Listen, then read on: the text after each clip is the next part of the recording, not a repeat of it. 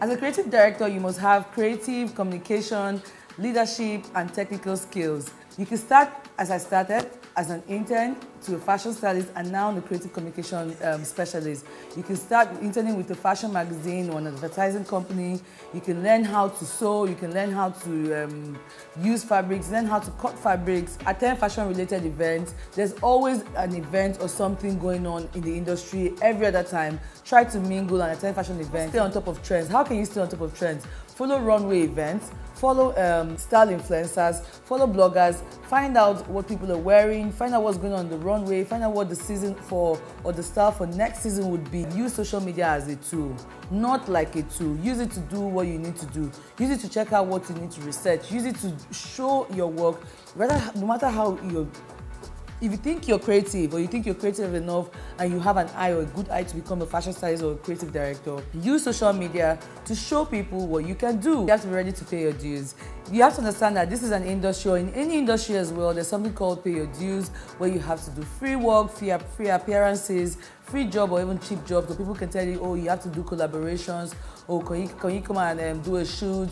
We're going to give you a platform. Yeah, it might work for some people who are just starting. You have to understand that when you're starting, you have to actually be ready to pay your dues. Build your network and nurture your relationships. How do you build your network and how do you nurture relationships? When you're given a chance or a platform or something to work or a project to work on, make sure and ensure that whatever you have been handed over to do, you are ready to do it well, and that you are interacting and communicating with people in a polite and like a leader or like a fashion stylist or a creative director who is in charge and who understands the vision or the visuals of that project. To know who you're working with beforehand.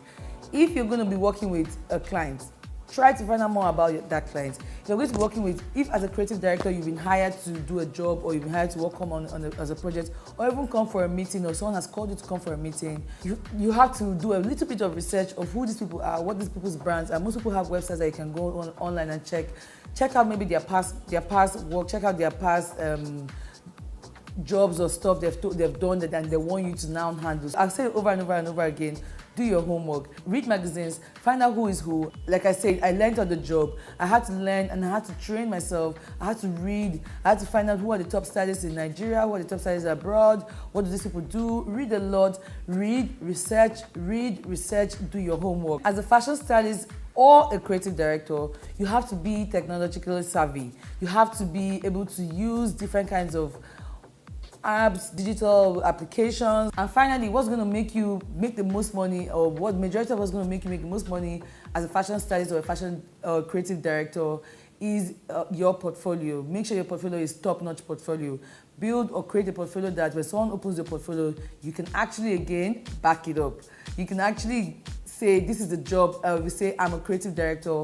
I have a portfolio of work that I've done for creative director. As a fashion stylist, I have people that I've styled or wardrobes or people or clients that I've worked with. You have to be able to build a top-notch portfolio. If not, it's a very, very, very, very, very, very, very, very difficult industry and a very difficult profession that people are still struggling to figure out who, like I said, who a fashion stylist and a creative director is. So if people cannot see what you can deliver, it will be difficult for them to want to hire you. Portfolio is the most important thing. There are really so many mistakes that people do while building a portfolio that I want to warn you from doing. Number one, do not quote someone else on your portfolio. When people open your portfolio, they don't want to see a quotation of whoever. They want to see your creative side. They want to see what you can do. They want to see how you can bring or whatever you can express to the table. So when you open the page, most people always make the mistake of, when you open your portfolio, the first thing you see is maybe a quote from one fashion icon or their fashion icon or style icon.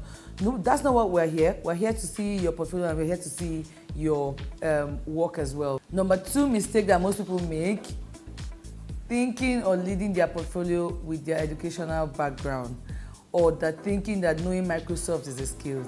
No, you might have gone to fashion design school. You might have gone to fashion or have a degree or a master's or whatever in the business of fashion. But when people want to see your portfolio, they don't want to see, like I said, a quote from someone else or your educational background. They want to see the work and the projects that you have done. They want to see the visuals, not, like I said again, who or what you've done, what school you went to. Oh, it's cool. Maybe some people like the fact that, oh, she went to some school in France or some, whatever. But real fashion people would look mostly at what you have done or what your portfolio says about you, not your educational background. Nobody cares about your educational background. What have you been able to use the educational background to do? Number 3 mistake most people make as well is to put every work they've done on their portfolio. It's totally wrong for you to actually.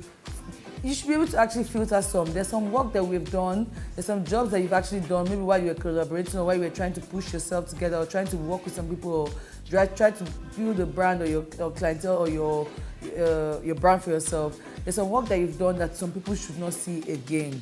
So when building a portfolio, try to filter some, leave some work out and not put out everything that you've done. Put out the majority key, nice or catchy portfolio or work that you've done that shows what you can do at the moment as well. Number 4 mistake most people do. You open a portfolio, you see Exquisite Magazine, July 2016, just the image, no credits, photographer, none. Not even the role that you play as well. That's another mistake most people do. Most people leave out the role they play in their project. So ensure that when you're writing or you're putting together your portfolio, whatever you do on the project, maybe by an image or something, just write creative director, because we do different stuff. You could be a creative director for this project, and like I said, you could actually infuse all these roles into one and be a fashion stylist for another different project. So you have to list out what exactly was your role on that project. Were you a creative director? Were you an art director? Were you a wardrobe stylist? Were you a personal stylist? Were you a costume designer? Be able to list it out what you do on your portfolio as well. Finally, another mistake that most people do as well is being generic. People don't explain what they do or who makes them who they are. So if you ask or you open a portfolio, maybe a little bit about, not like I said, a quote about someone else, a little bit about what makes you special, what makes you who you are, why should this client or why should these people or someone work with you, who are you? You can say what makes me special is the fact that I'm a this, I'm a that. All right, guys, so I hope I've been able to explain to you the difference between a creative director and a fashion stylist, how you can get involved or how you can kickstart your career as any of those two professionals. If you have any questions or if you have more questions, please feel free to connect with me on Twitter, Facebook, Instagram, and you can also send me an email or check out my website, www.sharonojong.com. I've got all information on everything that you need on my website as well. Or you can feel free to actually leave your comments on the comment box below. I'll appreciate it, and I hope to see you next time.